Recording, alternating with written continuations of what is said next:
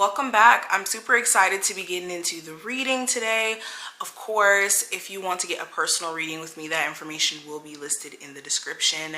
So just check there. You guys have about like 2 days left until the 50% off sale is done for the anniversary of us being here on the platform. Excuse me. So check that out. If you've always wanted to get a reading with me, you always wanted to get clarity on a particular situation, now is the time. All right, so take advantage of that. Also, make sure you guys check out my pick a card channel. I have a pick a card up there already. I'm getting choked up. I have a pick card already up on there for the full moon in Virgo. I will have more pick a cards up pretty soon. So if you like my readings over here, you'll definitely like my pick a cards that are already up that are timeless, but also the pick a cards that are to come. So definitely check out that channel as well. Dig into that content, and yeah, everything you need will be linked below. Thank you so much for supporting me. And let me flip the camera so you guys can go ahead and see what the cards are looking like. All right, enjoy. Scorpios, let's jump straight into the reading.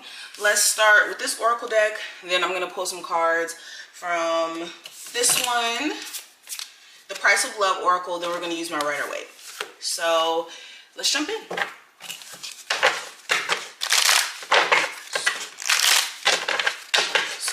Sun, Moon, Rising, and Venus placements. What are the messages coming through?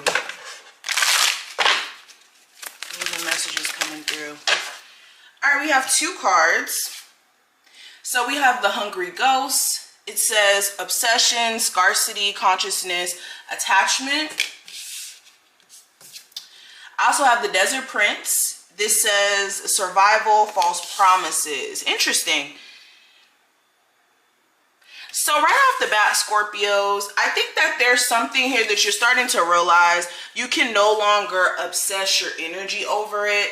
You can't put all your focus into said thing because you may have been losing yourself in this said thing. This could be you being in a relationship and it's taking a lot of your mental power. This could be, you know, you being obsessed with a certain type of maybe eating habits, or maybe there's certain things that you do out of habit, not even obsession per se, that you're starting to realize that you need to stop doing because now it's becoming detrimental in some sense. So there's a lot of cutting back, a lot of self-awareness that's happening on a natural tip though. Like this is naturally happening where you're like, I'm starting to notice how this is too much of an attachment to said thing. You could also be seeing how someone could have been lying to you the whole time, feeding you a whole bunch of false promises, feeding you a whole bunch of false ideologies about what's going to happen in the future and where you guys are going to take the relationship, or even telling you now that things are going to get better, or like trying to essentially trick you into giving more energy into something, and you're starting to realize that that's even going on.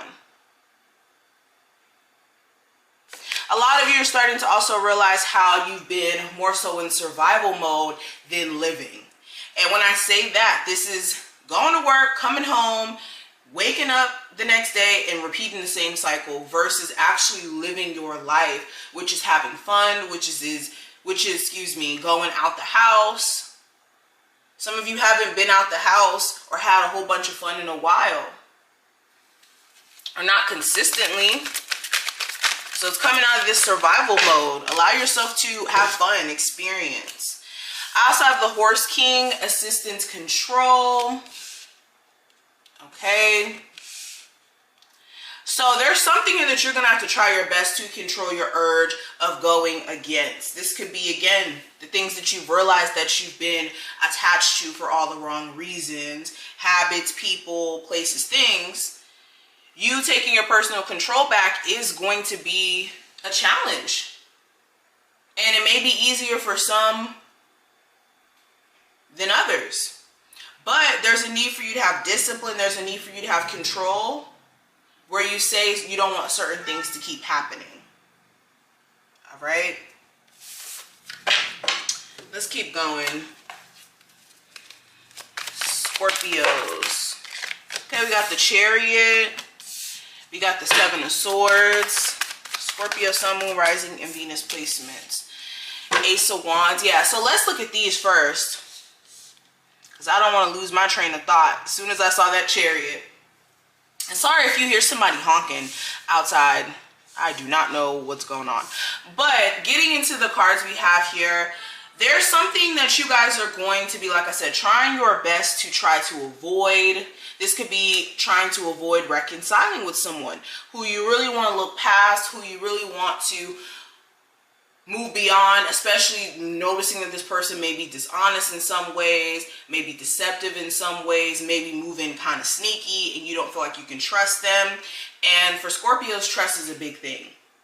So you could be deciding, you know, this person doesn't deserve my energy after they lied, after they cheated, after they weren't upfront with a certain piece of information. You guys could even be trying to avoid somebody who's a ghoster themselves. They may have ghosted you and then they try to come back and rekindle things and try to sexually, you know, deal with you and whatnot. And it's like, no, I need to put boundaries in place. I need to put boundaries on my energy. And that's the mindset you guys are stepping into.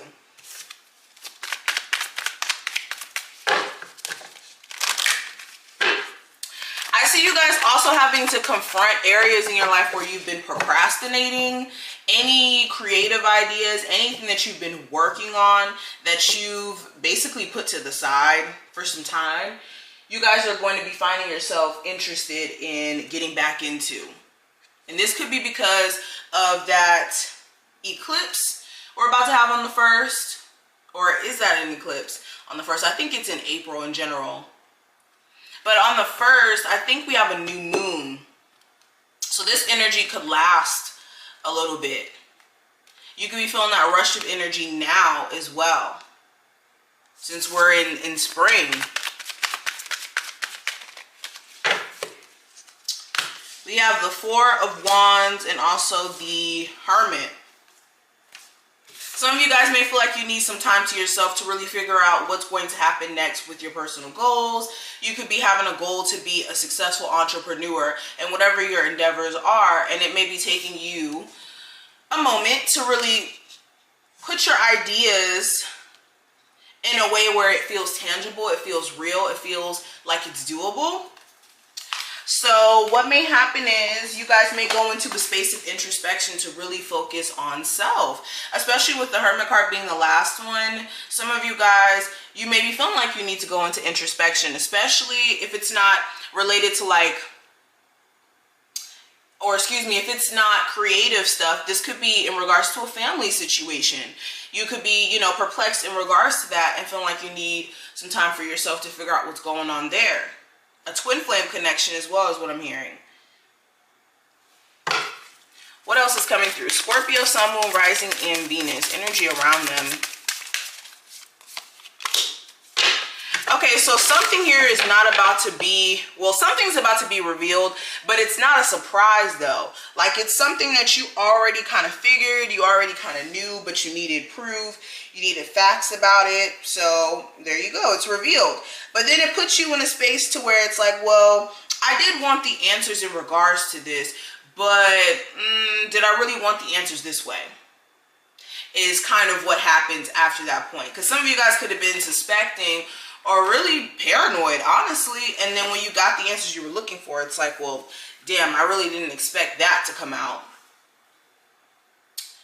I'm also seeing a situation where somebody comes out of the blue, but again, this isn't something that's unexpected. This is somebody who you expect to reach back out to you. Okay. Scorpio, Sun, Moon, Rising, and Venus placements. I got fate in reverse, and I got forgiveness in reverse. And my deck is not in reverse. All right, so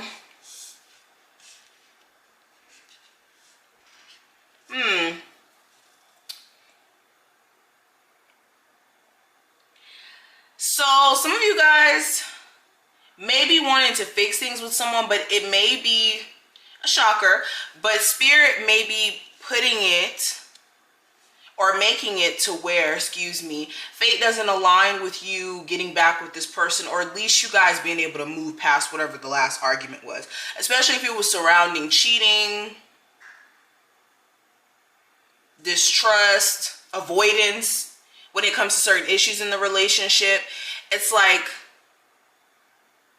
it may go against your better judgment. It may go against your higher self or your purpose in general, your spiritual path, to forgive somebody, to get back into a relationship with them. Yeah, because it could be a situation where you're not really listening to your heart and you're feeding into this breakup to make up cycle that's very repeated. But these are just some of the things that I see. I hope that you're able to take something from this reading. If you did, definitely feel free to thumbs up the video and subscribe so you never miss a beat. And I will see you later. Bye, Scorpios.